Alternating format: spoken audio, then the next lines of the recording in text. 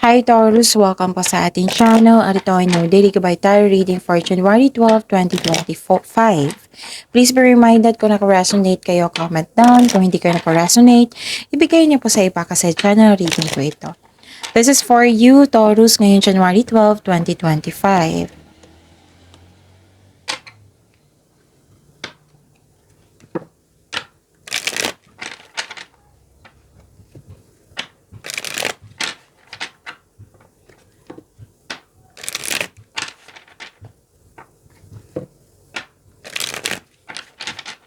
Para po ito sa inyo, Taurus, ngayon January 12, 2025. Maraming salamat po sa inyong patuloy na suporta at maraming salamat din po sa mga hindi nag-skip ng ads.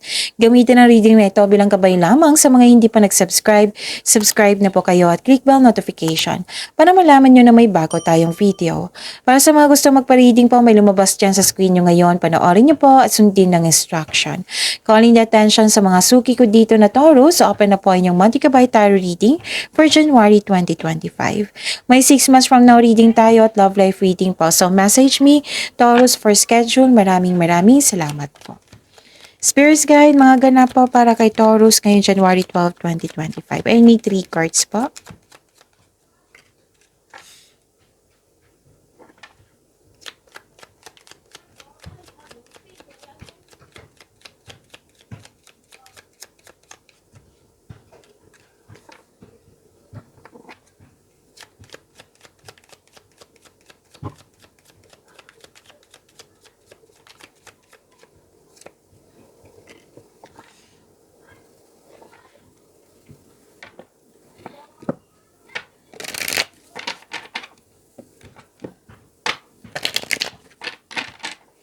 Spirits Guide, mga mensahe pa para kay Taurus ngayong January 12, 2025. I need 2 cards po.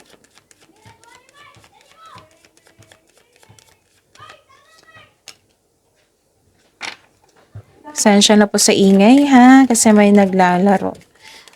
Mga bata po, kasi walang pasok. Sa labas po iyan. Okay, Taurus, ngayong January 12, 2025, nakatanggap kayo ng wisdom message. Pwedeng kausap po yung parents mo ngayon or elders, wisers, mentor. Basta naka-receive kayo ng wisdom message. Nakita ko dito na may closure or separation. Pwede din na may concern kayo sa matikas ang ulo or sobrang stricto. Nagkaroon ng hardship pero tinulungan mo yung sarili mo na mag-let go, mag-move forward at magkaroon ng transformation.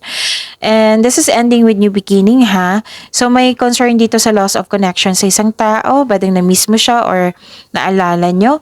Pwede din nag-harvest kayo ngayon na literal nag-harvest or nasweldo nyo ngayon or may natanggap kayong bayad mula sa inyong binigay na serbisyo. Okay? So, yun. So, let go of convention and follow your own unique path. And the time is right to release old patterns and energies. You are ready to embrace change. So, may new beginning. I-let go mo na daw yung, nag-clarify siya dito na-let go mo na yung nakaraan, yung paulit-ulit na lang nangyari. Okay? Spirits Guide, ano po yung energy ni Taurus ngayong January 12, 2025?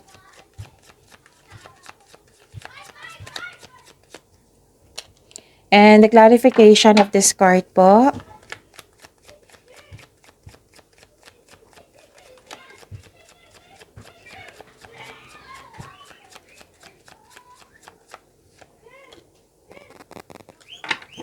Sa mga may oras po, kung gusto nyo po, panoorin nyo po yung 2025 tarot reading nyo.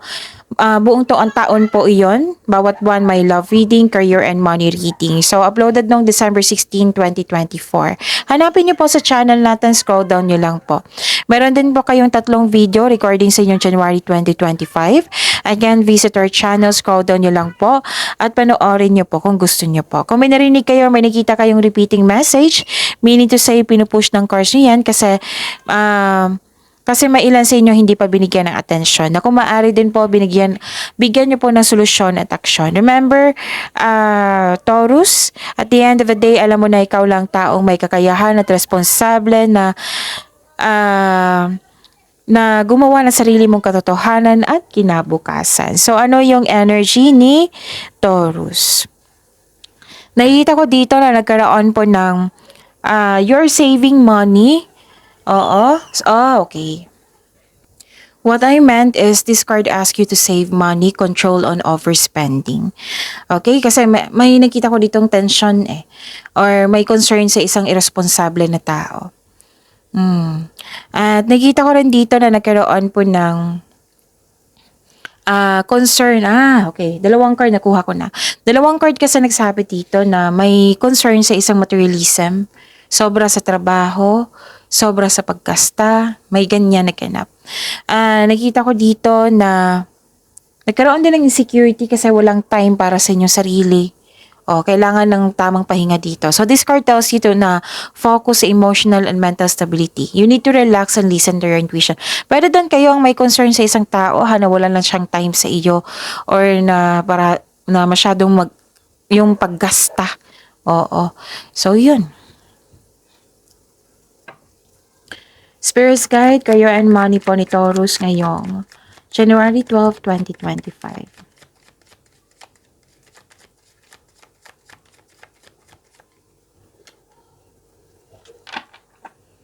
And the clarification of this card po.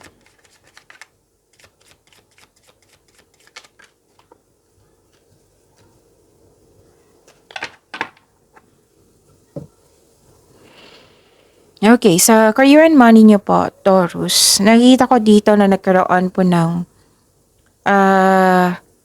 gumagawa ka ng logical na aksyon sa iyong mga layunin na maaring humantong sa pagiging sariling boss, pagtanggap ng promotion, or pagkuha sa tungkulin na isang pamumuno na may offer sa iyo na leadership role. Ang card na ito ay nasunod yung gusto mo dito nasunod yung gusto mo, yung plano mo, yung desisyon mo. Authority nakikita ko dito. At ginagalang ka ng mga tao. Oo, kasi nakilala ka na marami kang ginawang magandang kontribusyon dyan. So, maaring nasa daan ng mabuting balita sa mga legal na usapin. Okay? At huwag kayong mawalan ng pag-asa. Be confident, huwag kayong mawalan ng pag-asa kasi inspiration is on the way, huwag kayong mag-give up. Magkakaroon din ng healing. So, the advice is be inspired, dreams do come true. Spirit Guide, Love Life, Self-Love, Partnership, and Romance ni Taurus. And the clarification of this card po.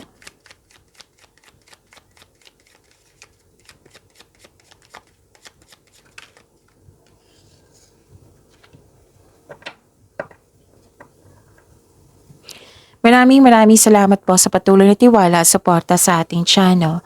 At maraming salamat din po sa mga hindi nag-skip ng ads. So, nakita ko dito na kulang kayo sa tulog or kulang kayo sa pahinga. Walang pahinga, ayaw mo magpahinga. Wala kang tulog, ayaw mo rin matulog kasi hindi ka kampante. Pwede din nagtatago ka instead of facing the reality or hinahayaan mo yung tao na saktan ka. And kailangan nyo ng time for reflection po dito. Kailangan nyo talaga magpahinga. Kasi magbibigay ito ng increased productivity and a healthier mental state. Ilang beses na ito pinupush ng cards nyo po. So, yun kailangan you need to relax, calm your mind, and reflect. Sleep and meditation ay kailangan po. Okay? At nakikita ko dito na nagkaroon po ng may challenge sa inyong pamilya or grupo ng tao. Feeling mo kinokontrol ka ng mga ito para hindi masunod yung gusto mo sa buhay. Pwede din may nakita kong conflict over property. May takot rin na mag-level up. Ayaw mong lumabas sa comfort zone mo. May nakita kong concern dito sa third party. A mistrust or a secret affair. May ilan nag-take advantage sa'yo. Mag-ingat talaga kasi may taong manluloko po dito. Okay, Taurus? So, yung sabi dito na mag-ingat kayo sa taong maluloko, magpahinga kung pagod kayo. Importante po iyan. Our health is wealth po. Okay? Maging kalma po, para magkaroon ng pagbalanse. Kaya nga may sinabi dito, release the old patterns yung mga nangyari na. And be ready sa pagbabago. Kasi ilang beses na lumabas yung new beginning dito. Okay? So, let it go, the past situation, and forgive yourself also. So, yun, Taurus. See you tomorrow. Pagyamanin niyo po yung blessings na binigay sa inyo, Taurus. Please like, subscribe, and click the button for notification para updated po kayo sa daily tarot reading natin. Maraming salamat.